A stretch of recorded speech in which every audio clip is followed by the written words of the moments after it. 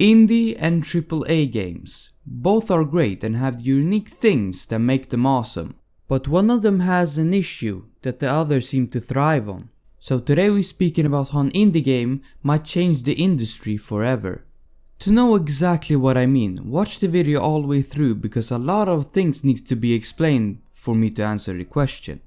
Indie games has been around for a very long time and has always had a big meaning, whether that be making games more accessible or cheaper. But in today's world it's a bit different.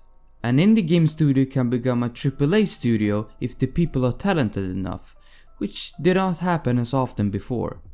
A good example can be Valve, who launched Half-Life in 1998 but moved to their own platform Steam in 2003. And you're probably aware of how much you use Steam to play and buy games today.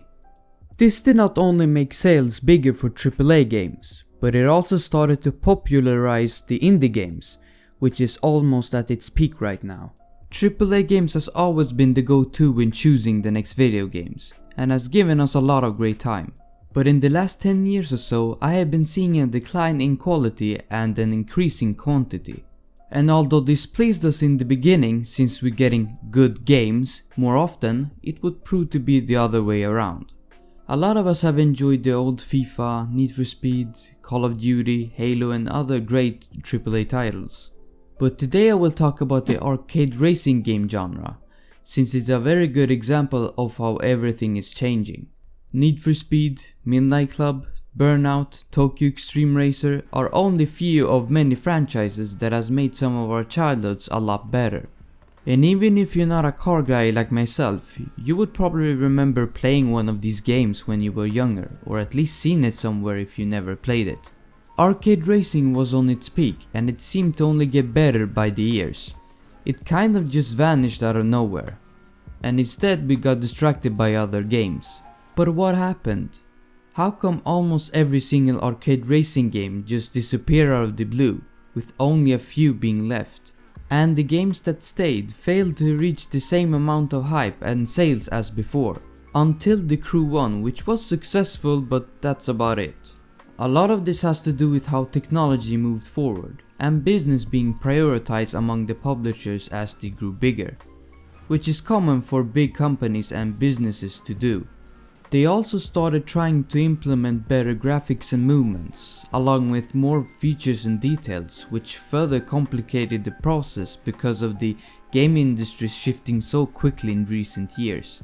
And with publishers being used to having a new game every year, they still wanted to deliver.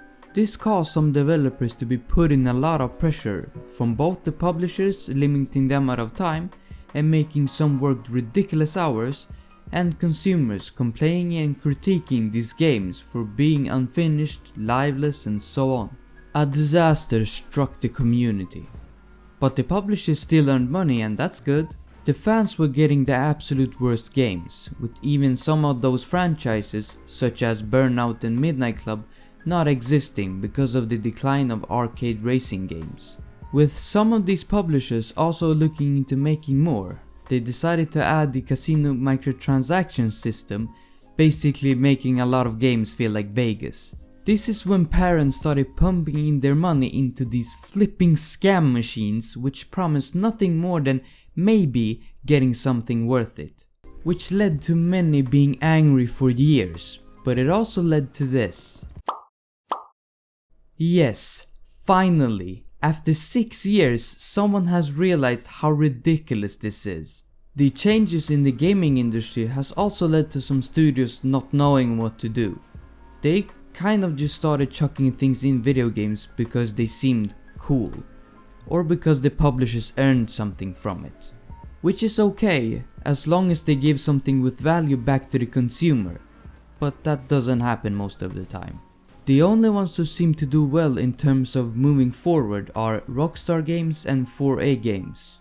One is very known for GTA and Red Dead Redemption, and the other one should be known for their Metro series, which is just great. You should definitely check those games out if you haven't done so yet. The reason why I think they are successful is because of the amount of freedom that they have with their games, which clearly works so well. What I mean about that is not their work standards and bad payment for voice actors. I'm talking about the games. GTA 5 Online has an endless supply of content that you could easily be overwhelmed by. But they also released that game in 2013. That's 8 years ago and they're still going. AAA Games are also a studio that likes to take time with their games, only producing every 3 to 5 years or so. In summary, time is something that these publishers won't give, because they are used to the old ways of making a game every year. And if they don't start to adjust their ways to handle their studios and games, they will lose, since there are other new indie game developers looking to make it in the gaming industry. Once they have competitors, it would not take long for fans to realize how fooled they are for playing only that one game for it being good in the past and hoping that they do it again, which never happens. With these indie game developers caring about every single one who chooses to play their game and respond to feedback to improve even the smallest thing, these AAA games will fall like a leaf from a tree. What type of game could rival the current arcade racing games? Let me tell you. Night Runners is an indie game coming out later this year and has been a project that has been worked upon for years. This game looks fantastic and really brings out the nostalgia and reminds me a lot of Tokyo Extreme Racer and Need for Speed. The location is based in Japan, and specifically between the 1990s and 2006, when street racing was at its peak in Tokyo, with the whole highway system being rebuilt from the bottom up. This game has a demo coming out on the 28th of May this year, and has a lot of features that a AAA title will have, such as loads of customization, engine swaps, multiple open worlds similar to Midnight Club, and a lot more. This just shows the amount of dedication that these people have been putting into this game. Wait a minute. What? There has been only one person, let me repeat myself, only one person working on this game, which is just ridiculous. The fact that a single person has been able to put all of these things in a video game, which multiple AAA game studios have failed to do, proves how bad some of them can be.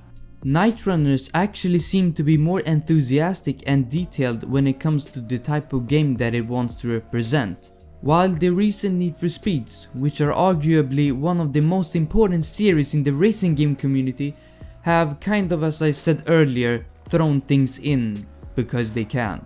This could mean that they are in trouble. Not because of Knight Rider specifically, but because of indie game developers being so close to the customer, therefore being ahead of AAA. And this indie game could be the first step for a takeover in the arcade racing game niche, since the AAA has been the ones on top. Imagine what happens when more games like this start to launch left, right and center. Everything in the entertainment business that has relied on some type of publisher have moved to independency. For an example, the music industry with SoundCloud and independent record labels. My theory here is that a lot more indie games are going to overtake today's AAA studios and basically make themselves the new AAA studios, if you know what I mean. To those saying that the AAA games have budgets which indie games don't have, I say a good game is a good game no matter what the budget is from the beginning. It's about the amount of talent and creativity that a person has to produce a piece of art. Indie games has never been in this kind of position, where more of them have the capability to rival the big boys, which is something they will take advantage of. But even if indie games becomes the mainstream way of making video games, there will always be a better way to do it, and so an underdog appears. Just like newspapers went to radio, then to TV, then to YouTube, podcasts and other social media platforms. This is only my theory though, so you don't have to take my opinions as facts, because we don't actually know how the future looks like. It could stay the way it is now for 10 years or more, who knows? Maybe the publishers and developers get their stuff together and actually start to make great games again like they used to. EA recently bought Codemasters, which could either be the ending, as we have seen in the past with other studios, or a good thing for racing games. Who knows? There are probably things that I missed out on. If so, write them down in the comments.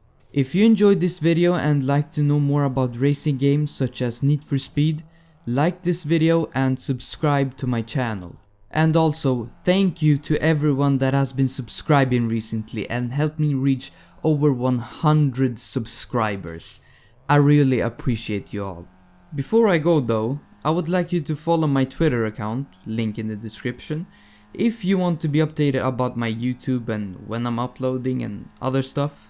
And my goal is to upload every week around 4 o'clock Central European time, which I'm working my best to do. And that is it for today. I hope you enjoyed this video and I'll see you in the next video.